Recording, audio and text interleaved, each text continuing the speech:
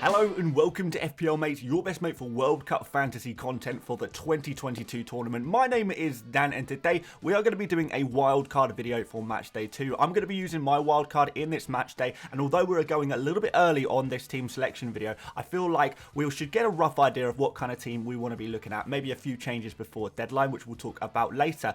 If you do enjoy this video, please do leave a like, especially as my cat, for some reason, it is joining in, helping us with this video. So yeah, shout out to FPL Cat. And do subscribe if you're new around here as well. Let's have a look at this team. Okay, so first of all, this team does not use all of the budget. This uses 99.5 million of the available budget. So there's a little bit of money there to play around with if you want to. We are going to be using the wildcard booster. That's what I'm going to be doing personally. And a quick note on this, there is technically a way to use this wildcard to also set up your Matchday 3 team with unlimited transfers as well. As long as you use your unlimited transfers during the Matchday 2, you can also continue to make transfers and set your team up ready for the following Matchday. That is going to work, hopefully, fingers crossed. But yeah, maybe we'll talk about that a little bit more in a different video or over on Twitter at FPL Mate. Starting off in goal, we're going for Nopper, 4.5 million.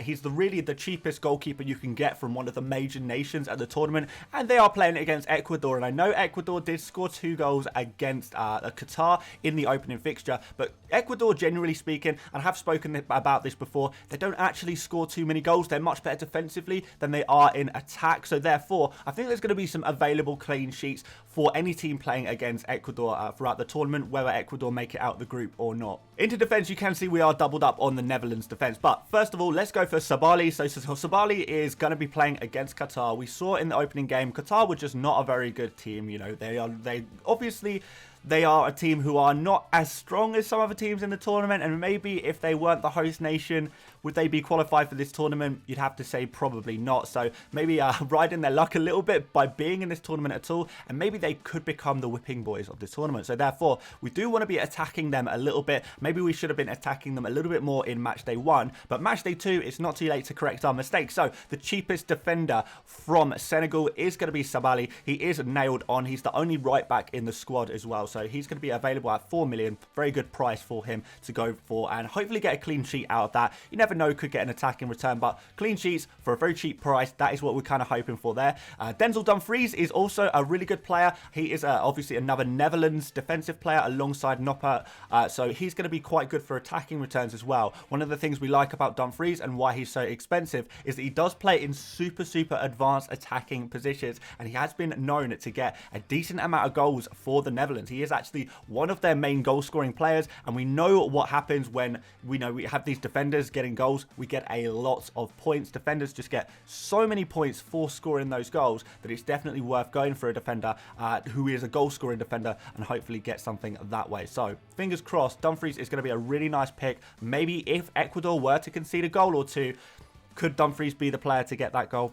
I think there is a very high chance of that, maybe assist as well. We've got Luke Shaw against USA. Luke Shaw, we're reminded again that Luke Shaw for an England team, playing in an England shirt, he kind of does hit differently. So we are going to be going for him as well in this World Cup fantasy team. I don't think Shaw is absolutely a player you must have, but certainly the way England performed in the opening game, you would hope they will be looking to get a clean sheet against USA as well and just solidify their place in the next round of the tournament. Luke Shaw is going to be pretty nailed on at left back. There's not really any other options there. Trippier could move over to the left, but I feel like it's more likely that Trippier drops out of the team completely, because I don't think he actually had that much of a good game. I think he will stay in the team, but one more bad performance from Trippier and maybe Trent Alexander-Arnold will be ready to pounce in this team. But yeah, Shaw, again, decent pick. Clean sheets available, only 5 million. It's quite expensive. I say he's one of the more optional players in this team, but still a good player to go for. And finally, Abdi, 4 million for a Tunisia defender who is going to be playing against Australia. Australia did look pretty lively, but Tunisia looked pretty defensively solid when they played in their opening fixture. So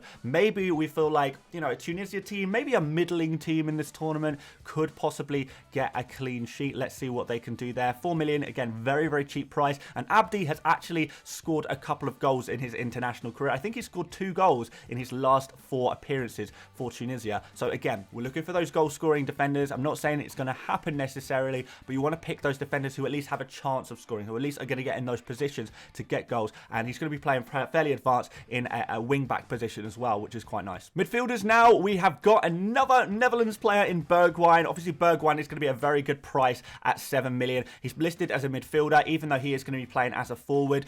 The rules of World Cup Fantasy have actually changed, guys. I should note this, that midfielders now are getting more points for scoring goals. Go check out the updated rules on the World Cup Fantasy website if you want to have a full look at that. But yeah, Bergwijn being in those attacking positions, playing as a striker, despite being listed as a midfielder, that is now a huge advantage to us. And he is going to be able to get points for, key passes. Maybe he makes a tackle in the game as well.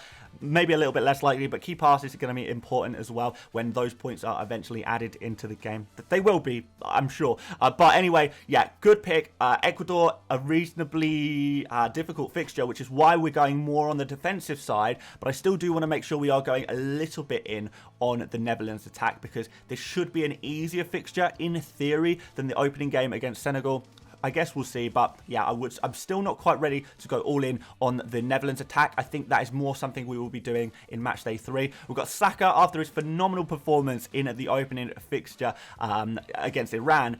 He's coming up against USA next, so I'm sure a lot of people saw the England team, saw the England game, watched them score a lot of goals. At time of recording, England have actually scored the most goals of any team in the tournament, so we probably do want to have a little look at their attack. Saka is going to be nailed on after that first performance. He was just too good to leave out. He really was. And yeah, hopefully against USA, there's probably going to be a couple of goals in this game. I don't think England are going to necessarily win like 4-5-0 again, or score 4, 5, 6 goals again, but what I should say is that the England team, with the confidence they'll have from this opening fixture, you would back them to score a couple of goals and maybe even 3 goals. Like, it wouldn't be that surprising, would it? So, yeah, Team England, try not to be biased here. No England players in my initial team, so I try not to carry too much England bias. But, yeah, I think he's a really good pick for 8 million, certainly. De Bruyne up next against Morocco. I think De Bruyne is going to do very, very well when he plays tonight. I probably jinxed that, haven't I? But, yeah, De Bruyne against Morocco, I just think the fact that he's going to get points for key passes and tackles is going to be so important. And now that we know that midfielders are getting extra points, more points than forwards for scoring goals, then that's going to be very important as well when De Bruyne is going to be one of those goal-scoring attackers. And I'm not sure, De Bruyne could even be on penalties as well. We know he's going to be on free kicks. We know he's going to be on corners. He should be on pretty much everything. And Belgium have a couple of good fixtures. So I think De Bruyne is going to continue to be a really nice pick. And finally, Luka Modric. He is playing literally right now as I record this video. So I need to be quick so I can go catch the rest of that game. But Canada, you should say, is probably a good fixture for any team to play against. Canada, one of the weaker teams in the tournament. One thing about Canada is that they don't really play very many difficult matches, and they still concede goals in their kind of American tournaments that they play in. So it's a one where I think there'll be opportunities for attacking returns for Croatia. We're going to see a couple of goals there, you would have thought. And Modric, again, is another one of those players who is on all set pieces, penalties, free kicks, corners, everything. So that's going to be good for him and really give him some opportunities to score some points. Up front, we have got Ismaila Sarr. So if we're looking for the attacker from Senegal, then Ismaila Sarr really is that guy. Usually it is Sadio Mane, but I guess if Sadio Mane is like the king of Senegal, then maybe Sarr is the prince of Senegal in a way, just because he is that player who is getting the second most goal involvements typically over the course. So hopefully he is going to be able to step up in this game. Senegal need a win in this game if they're going to want to qualify for the next round. So they're hopefully going to be able to score a couple of goals. We know Senegal are the champions of Africa, so we shouldn't underestimate them too much. And Qatar, we saw them in the opening game. It really was not looking too good from them, was it, at all? So there is going to be opportunities for any team to score against Qatar. And I do think it's important we try and find the right attacker in each match day to try and attack that fixture. And in this fixture, it's going to be Sarr for me. He's got to be the guy to go for. So he's in there straight away. And I've got Lewandowski up there as well against Saudi Arabia. And Saudi Arabia did brilliantly in that opening fixture to beat Argentina, and probably deserved to beat Argentina as well in many ways, just because they took that risk. They played attacking football and they absolutely went for it, and it succeeded. But on another day, the attacking, risky football that they were playing is going to mean that they are going to concede a few more goals. Argentina could have scored a few more goals. If the offsides, were a little bit tighter, maybe Argentina would have got a few more goals in that game, possibly. So you do feel like Poland are going to come there and they are going to potentially have the opportunity to score some goals. And if anyone's going to score some goals for Poland. Who's it going to be? Lewandowski. He needs to score his first World Cup goal. We know this player is phenomenal. He's having a great season at Barcelona. Again, you know, scoring insane amount of goals for Bayern last year as well. And even for Poland, he just scores everything for them. Penalties as well, free kicks as well. These are all the good things that we like, and I think it's going to be a good opportunity to go for Lewandowski and maybe even captain him potentially. Onto the bench, guys. We've got Darman. I've got it for a 4 million goalkeeper just because I feel like Nopper is probably going to keep a clean sheet. If he doesn't, then we have got a 4 million goalkeeper backup here. So this is the Tunisian goalkeeper Darman, 4 million. So a pretty decent price tag here. We're not spending too much money. I think that's kind of perfect, exactly what you want. Good fixture against Australia. Just a decent backup, I would say. We've got Sosa, the absolute legend.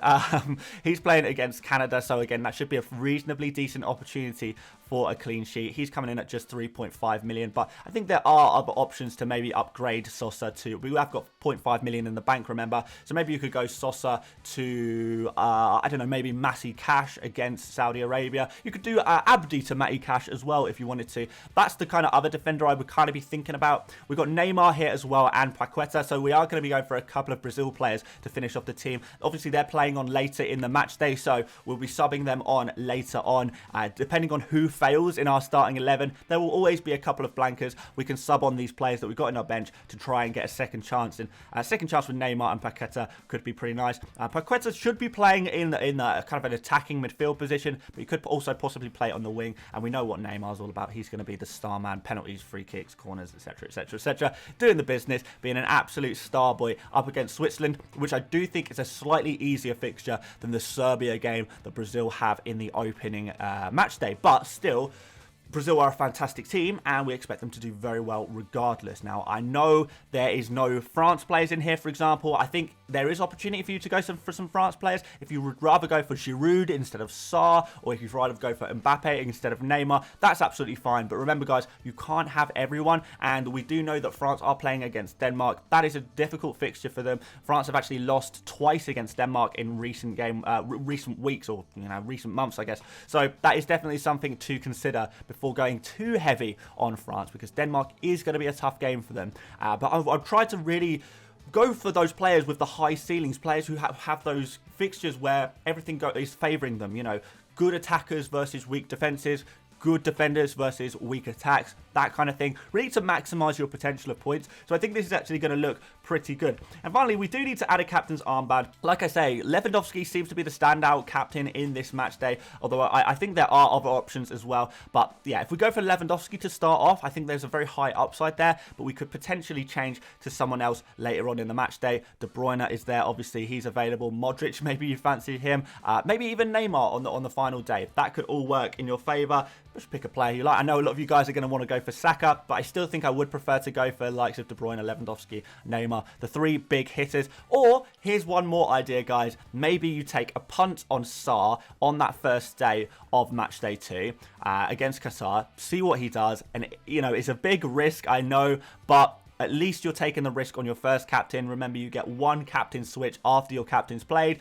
So you take the risky one first and you go for the safe one second. Maybe that makes sense. So yeah, there we go. That's going to be the team. Again, guys, I should remind you that we are seeing a fantasy game where points have not been added on yet. Like, there's still a lot of problems in the game. So I do want to say, guys, if you do have any questions about what's going on with the game right now, I will try my best to explain and reply to any comments that you guys have, just to try and give you a better idea of what's going on. I don't have all of the answers, but hopefully I can at least steer us all in the right direction and hopefully help you guys out a little bit. So yeah, that's going to be the team as things stand. Might be a few more changes before the end of this current match day 1. I'll let you know, guys, know about that. Perhaps we'll talk about that on stream as well. We're going to do a stream on probably tomorrow night, so do make sure you are subscribed with notifications on if you're interested in that stream. But there we go. That's the team for match day 2 wildcard. I think it looks pretty sick, I'm not going to lie, but let me know if you change anything. Thanks so much for watching, guys. If you did enjoy, please do leave a like. Please do subscribe if you're new around here, especially because FPL Cat is represented. Likes for the FPL Cat. Come on, let's go, baby. But yeah, that's it for today. Hopefully see you guys later for another video. We're going to do a tier list video later on today, and we're going to do another video also on Thursday, and then another stream on Thursday evening as well. We're going to try and load up the content before Matchday 2. So hopefully see you guys there. But until then, I'll see you later, mates. Bye-bye.